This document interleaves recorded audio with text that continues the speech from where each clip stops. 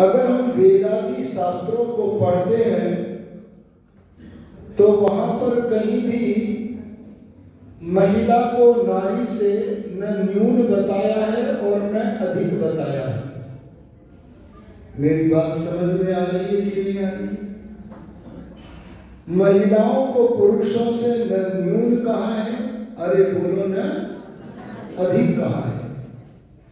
नारी हो या पुरुष हो, कोई भी न्यून या अधिक शब्द को स्पर्श वेदांती साहित्य में नहीं करता है। इसीलिए दोनों के तुल्य अधिकार है। अगर हम मानव जीवन को एक पेड़ समझ लें, क्या समझ लें? वृक्ष समझ लें, तो शास्त्र कहता है ये वृक्ष तब सफल है जब इस पर 4 प्रकार के फल लगे। आम पर केवल आम का फल लगता है, जामुन पर केवल जामुन का फल लगता है, पर हे मनुष्यों, आप रूपी वृक्षों के ऊपर एक वैरायटी का नहीं बल्कि 4 प्रकार के फल लगते हैं। अगर 4 फल आपके जीवन में है तो आपका जीवन सफल है, और यदि 4 फल नहीं है तो आपका हमारा जीवन सफल नहीं। और उन 4 फलों की कामना हम भगवान से प्रतिदिन करते हैं और अत्यंत समर्पित होकर के करते हैं। अपने शरीर को, अपनी इंद्रियों को, अपने मन को, अपने प्राणों को, अपनी आत्मा को परमात्मा को समर्पित करके करते हैं। और क्या वाक्य बोलते हैं समर्पण मंत्र में? हे ईश्वर दया निधे भवत कृपया अनेन जप उपासना आदि कर्मणा धर्म अर्थ काम मोक्षाणाम सद्यः सिद्धिर भवेत्।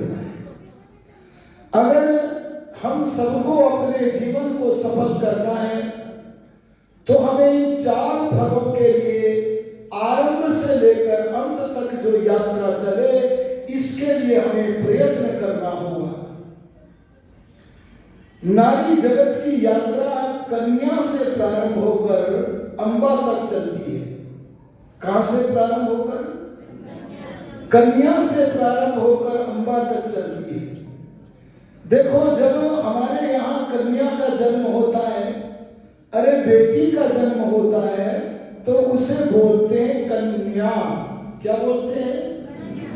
कन्या शब्द की व्युत्पत्ति बड़ी कमनीय है, बड़ी मनोहर है, बड़ी प्रिय है, बड़ी आकर्षक है।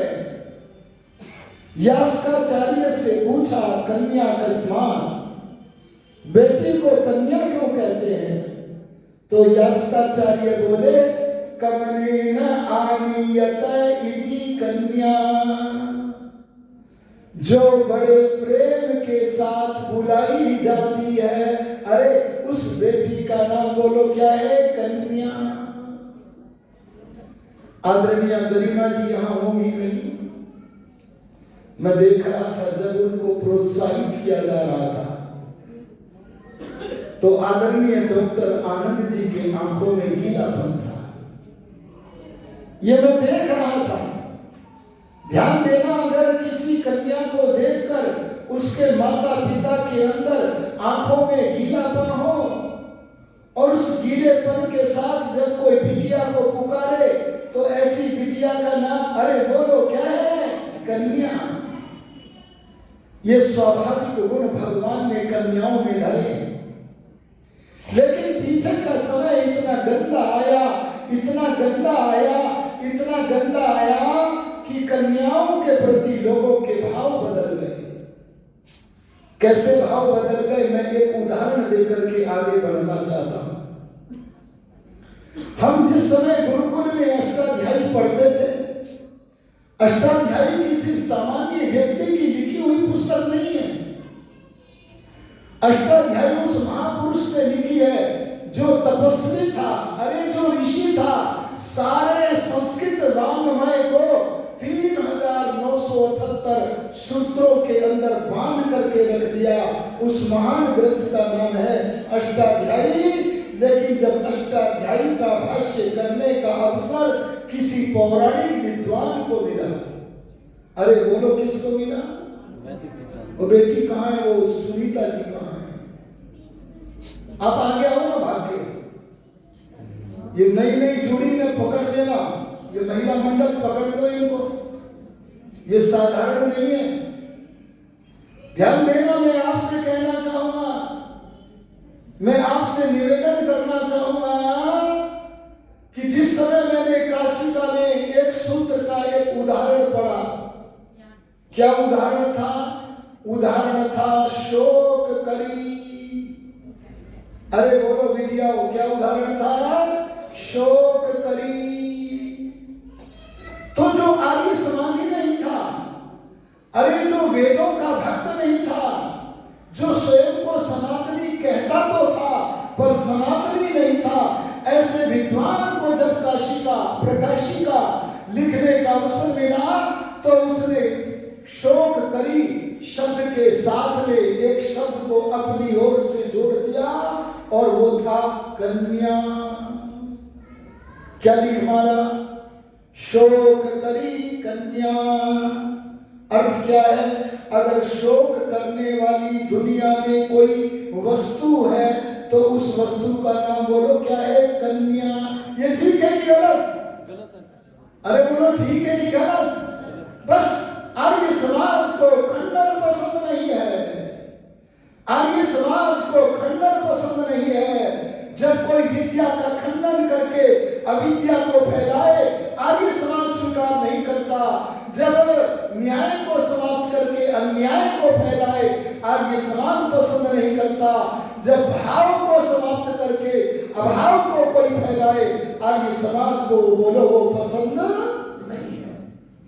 मेरे छोटे से बालक मन में एक विचार आया, अष्टाध्यायी के इन अध्यायों का भाष्य तो जगत गुरु ने भी किया है। आप जानती है जगत गुरु का नाम? आपको एक पुस्तक दी है, बड़ी वाली दीजिएगा इनको, श्रीमद् दयानंद प्रकाश। अगर वो पुस्तक पढ़ी तो इनके मुख से सहसा निकलेगा, अरे जगत गुरु के आसन पर विराजने के योग्य अगर कोई महात्मा है तो बोलो उस महात्मा का नाम क्या है? महर्षि दयानंद सरस्वती। महर्षि दयानंद सरस्वती का जब मैंने भाष्य पढ़ा तो दयानंद बोले इस सूत्र का उदाहरण शोक करी इतना ही लिखना पर्याप्त है, पर जब पूर्ववर्ती व्यक्ति ने कन्या को जोड़ा है तो मैं भी जोड़ूंगा। आप क्या जोड़ोगे ऋषिवर? तब ऋषि दयानंद बोले मैं अवैधिकता नहीं जोड़ता, मैं लोगों को समझाना चाहता हूं। तब उन्होंने शोक करी पद के आगे से कन्या को अपने भाष्य में से निकाल दिया और कन्या के स्थान पर बैठाया अविद्या। अरे क्या कहा? शोक करी अविद्या। अगर अविद्या लड़के में होगी तो शोक होगा, अविद्या यदि लड़की में होगी बोलो तो भी शोक होगा। और आर्य समाज का नियम बनाया 8वां, 10 नियम याद कर लेना। क्या नियम बनाया? अविद्या का नाश करना और साथ साथ में विद्या की वृद्धि करनी चाहिए। माता पिता अगर अपने मातृत्व को पितृत्व को सफल करना चाहते हैं तो वेद उनका कर्तव्य बताता है कि वे अपना तन मन धन पूर्ण पुरुषार्थ इनके द्वारा करते हुए अपनी बच्ची और बच्चे के भीतर तीनों लोगों के ज्ञान विज्ञान से भर दें। देखो क्या लिखा है सत्यार्थ प्रकाश में, माता शत्रु पिता वैरी ये न बालो न पाठिता सभा मध्य हंस मध्य भगो यथा। अगर माता पिता अपने बच्चों को विद्या का दान नहीं कर रहे हैं तो वो जन्म देने वाले होकर के भी अपने बच्चों के उपकारक नहीं है, बल्कि वो तो शत्रु है।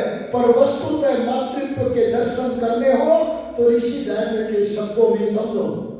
ऋषि दयानंद क्या कहते हैं? माता जितना उपकार अपने बच्चे का करना चाहती है, संसार में अपने बच्चे का उतना उपकार, अरे बोलो, कोई नहीं करना चाहता है। ये भावना जब बेटी बेटे के अंदर विराजती है,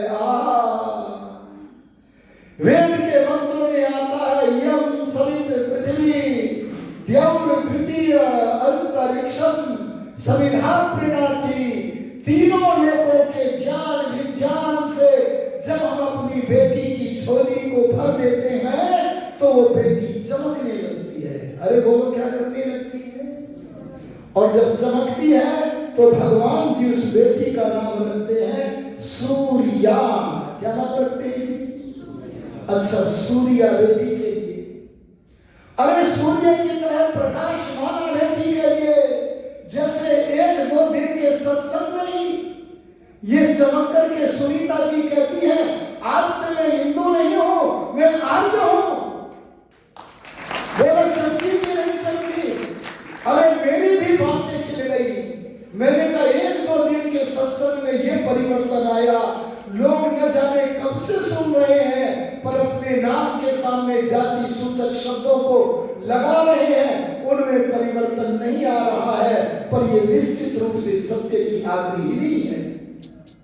आर्यों में कहना चाहूंगा, जिस समय सूर्य की तरह चमकती हुई विद्यावती कन्या बिटिया के घर पर बारात आए, सीधे आगे बढ़ता हूं। और जिस समय बारात आए तो उस बारात को देखकर कन्या का पिता बारातियों के सामने गर्दन झुका करके खड़ा हो जाए कि उठा करके? अरे वैदिक लोगों बोलो, अरे गर्दन को समुन्नत करके खड़ा हो गए और गौरव के साथ स्वाभिमान के साथ खड़ा हो गए। और क्या बोले? ऐशा ते कुल पाराजन तामुते परिदत मसी।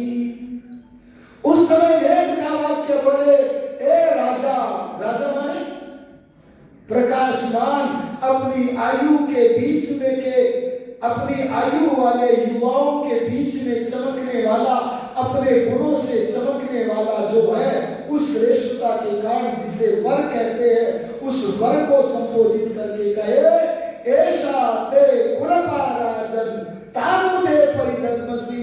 ए वर राजन, ये जो मेरी बिटिया है, ये ते कुलपा, तेरे कुल की रक्षिणी है। अरे बोलो, तेरे कुल की। सुनो, आप शंकराचार्य नहीं बन सकती हो, यह है हिंदुत्व। समझी कि नहीं? अच्छा, भगवान ने इनको बुद्धि दी है कि नहीं? अरे बोलो, इनको ज्ञान ग्रहण करने की आंख नाक कान इंद्रियां दी है कि नहीं? और ये इनका प्रयोग भी करती है कि नहीं? अरे तो ये ज्ञानवती बनती है तो शंकराचार्य के पद पर अधिष्ठित न हो पावे, क्या इसका नाम हिंदुत्व है? ये सनातन पर नहीं है। अगर उन्हें सनातनी कहना चाहो तो नूतन सनातनी कह लेना। सच्चे सनातनी तो वे हैं जिनका ध्येय वाक्य है, वेद सब सत्य विद्याओं का पुस्तक है। वेद का पढ़ना पढ़ाना और सुनना सुनाना सब आर्यों का धर्म है।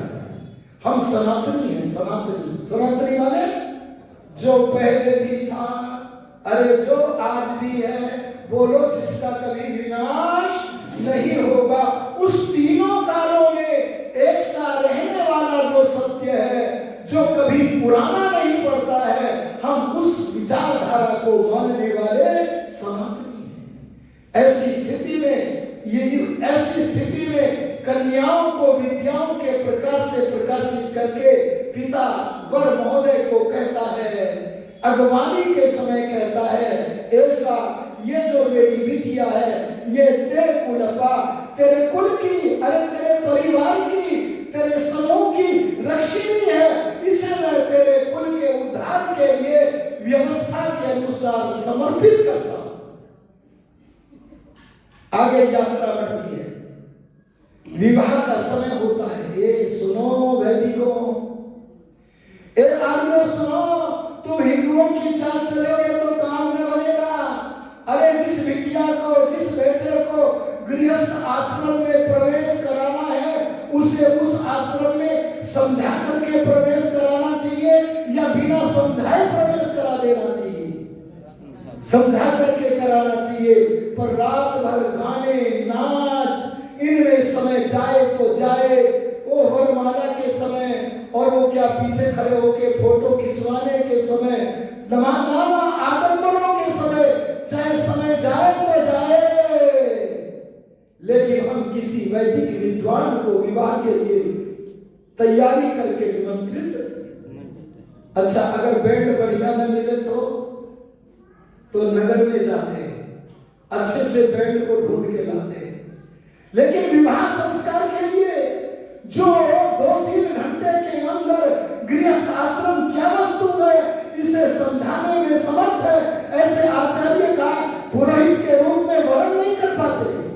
अगर वर्ण करे और वो व्यवस्था से उपदेश करे तो वर्ण निश्चित नाच लेगा, कूद लेगा और नाचता हुआ कूदता हुआ, अरे परिक्रमा करता हुआ यज्ञ कुंड का एक वाक्य बोलना पड़ेगा उसे।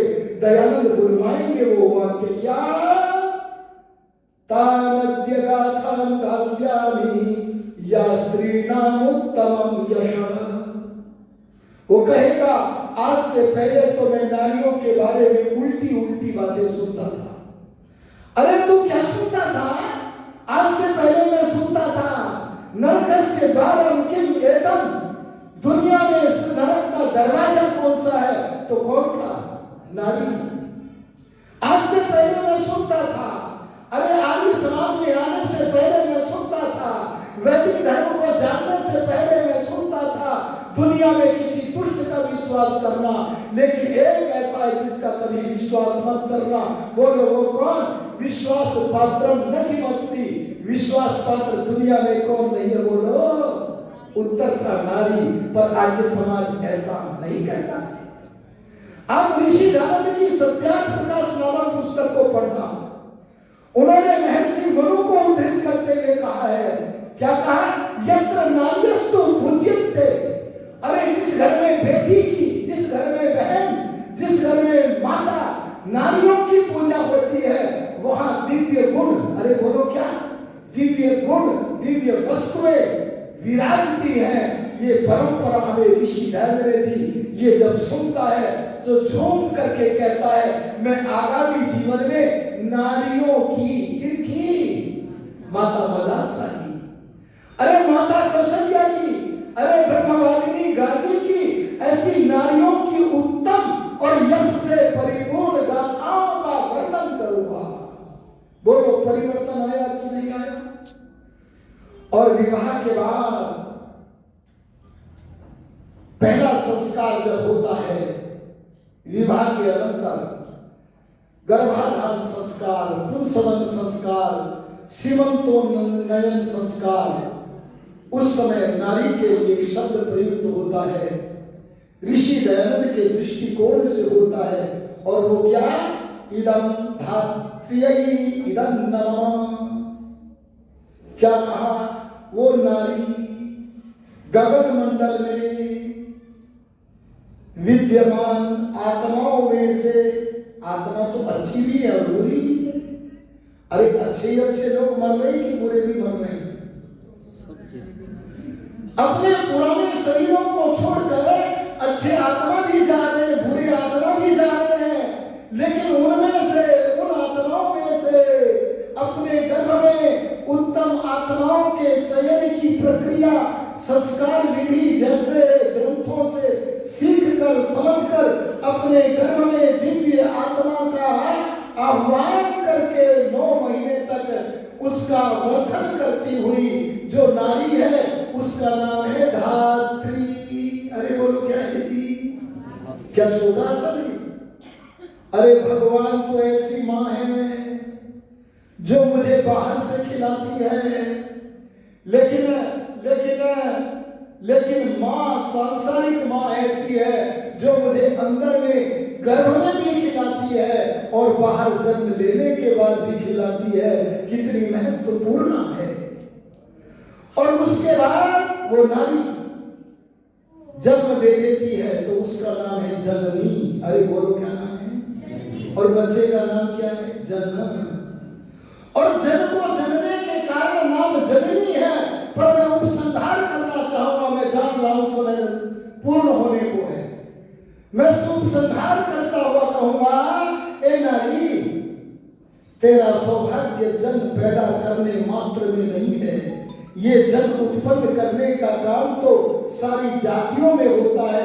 पशु पक्षी भी जन जनते हैं, लेकिन जो नारी केवल जन को जनती नहीं है बल्कि जन को दिव्य जन बनाती है, उसका नाम भगवान जी जननी से बदलकर रख देते हैं अम्बा। अरे बोलो क्या ये अम्बा क्यों पड़ा?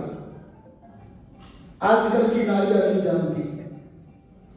मैं जिस समय पढ़ता था BHEL हरिद्वार में संपूर्णानंद संस्कृत विश्वविद्यालय का परीक्षा का सेंटर पर गया। एक छोटा सा बच्चा नकल करता हुआ पकड़ा गया, और जब नकल करता हुआ पकड़ा गया तो जो वो कोई विदुषी बहन नहीं थी, वो थी मैडम। अरे बोलो क्या थी जी? हाँ। और उसने उससे वो छीनी। तो बच्चे की आदत थी, संस्कृत परंपरा में पढ़ने वाला था, उसके मुख से सहज रूप में निकला, माता जी गलती हो गई। अरे कोई गलत किया क्या? माता जी गलती, अच्छा माता कहता है, और मानने लगी। उसे अपराध का पता नहीं चला। अच्छा माता कहता, इतना पीटा कि वो पिटना अखबार का विषय बन गया। आकाश उस मैडम को पता होता मातृत्व किस वस्तु का था। बस मैं एक दो लाइन कहना चाहता हूं, माता को कम से कम इतना मनोविज्ञान आना ही चाहिए। सुनो कितना, माता को कम से कम इतना मनोविज्ञान आना ही चाहिए कि वह अपने बच्चे के पीछे से आए हुए संस्कारों को समझ ले, और पीछे के से आए हुए जन्म जन्मांतर के संस्कारों में जो गंदे संस्कार हैं उनको भी जान ले, और जो अच्छे संस्कार हैं उनको भी जान ले, और जो अच्छे संस्कार हैं उनको चमकाने का प्रयत्न करे, और जो गंदे संस्कार हैं उनको मिटाने का प्रयत्न करे। ऐसा काम जो करे, अरे बोलो उसका नाम क्या है? अम्बा। ए मेरी माताओं, अगर आप सचमुच राष्ट्र की आधार बनना चाहती हो तो आपको अम्बा के स्वरूप को प्राप्त करना पड़ेगा। इन्हीं शब्दों के साथ अपनी वाणी को विराम देता हूं। ओम शांति।